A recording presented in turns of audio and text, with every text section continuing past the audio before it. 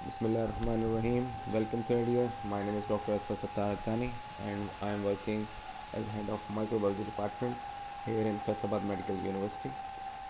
So you would have seen the course of pathology in third year, and I am going to discuss your microbiology section in detail with you.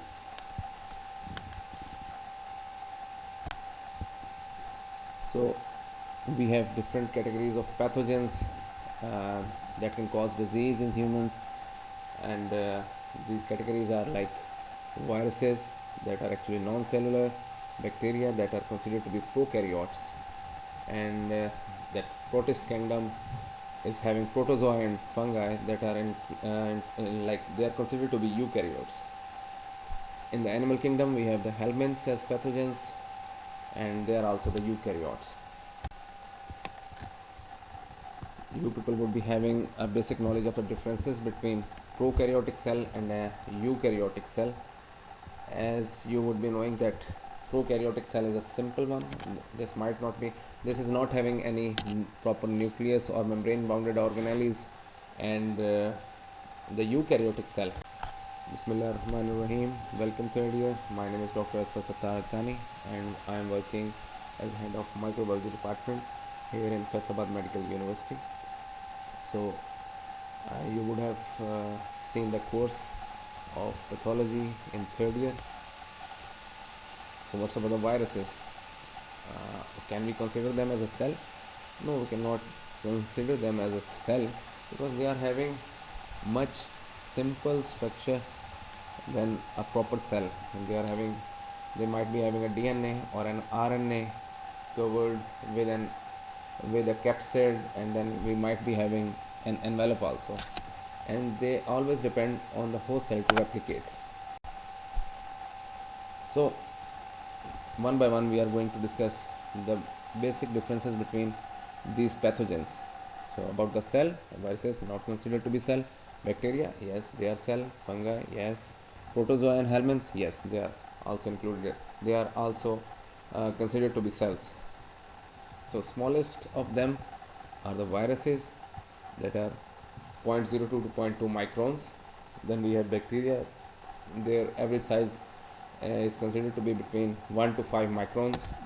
Then we have the fungus, the round form of them is called yeast.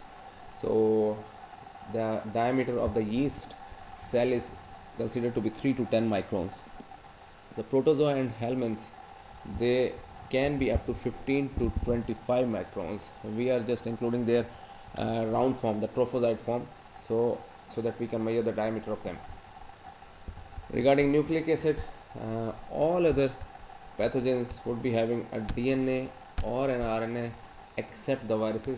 They might be having DNA or they might be having RNA. They can't be having the both.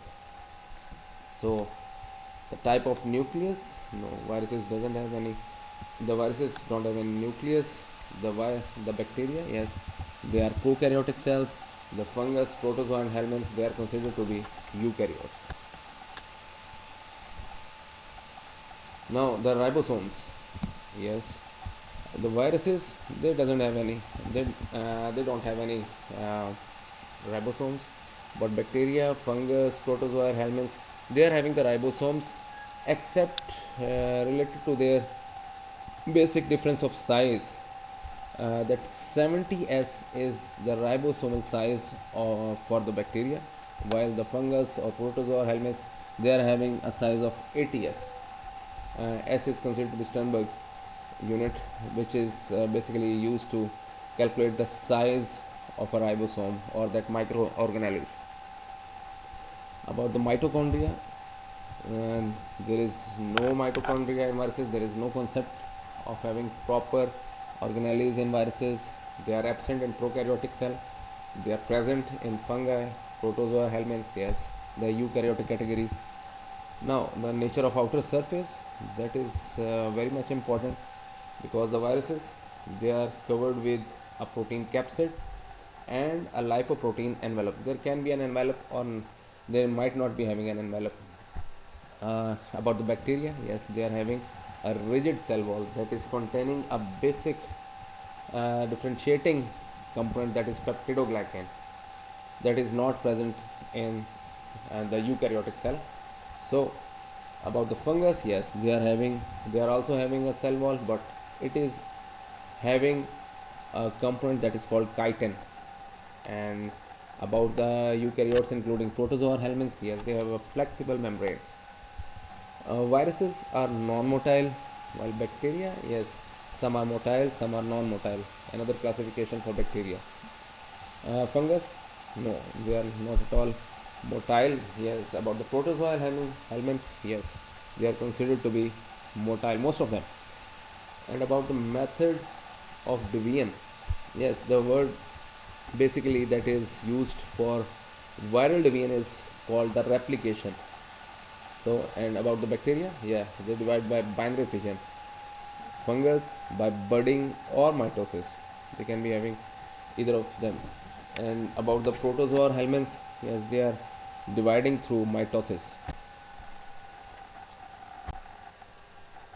When we will be discussing special bacteriology, we will be including these headings, like we will be having the general properties of bacteria, then we will be discussing the epidemiology of a bacteria, where about the prevalence, the pathogenesis, how it causes disease, what are the virulence factor of that bacteria that can cause disease. Then we will be having clinical features that are very important, because there will be scenarios of different bacteria that will be including these clinical features that can be having symptoms or signs. About the lab diagnosis, yes, we can be having different kinds of lab diagnosis that we will be discussing later on. And then a little about the treatment, and maybe more about the prevention might be including vaccines or things like that, but the treatment would be having some antibiotics. You can be just remembering the name of the few that are very much related to that organism. This is the basic difference of the cell wall of a gram positive or gram negative bacteria. What is gram positive bacteria? What is gram negative bacteria? This is related to a basic staining technique in different bacteria, uh, that helps us that helps us to classify bacteria in these two categories, gram positives or gram negatives.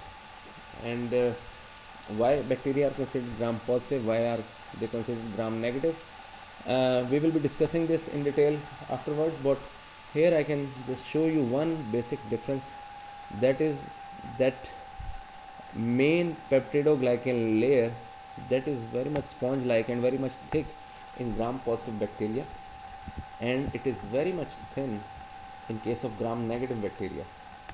So that organism that will be taking the basic stains of gram staining, they will be like absorbing those basic stains in that peptidoglycan layer, and those having really thin peptidoglycan layer, they will not at all be absorbing the basic starting stains of gram staining. So this is basically because of this peptidoglycan layer. Otherwise we are having different other structures that we will be discussing when we will be discussing the structure of bacteria in detail. Just to show you different pictures how bacteria appears to be gram positive, like this dark purple color cocci like round shaped organisms are considered to be gram positives when they are that much dark violet in color, that are basically gram positive bacteria. Now this is a light stained organisms. Don't go into the detail of these shapes, they are basically rod shapes. The previous one were those round shape. So this is another classification of bacteria, that they can be round shape and they can be rod shape.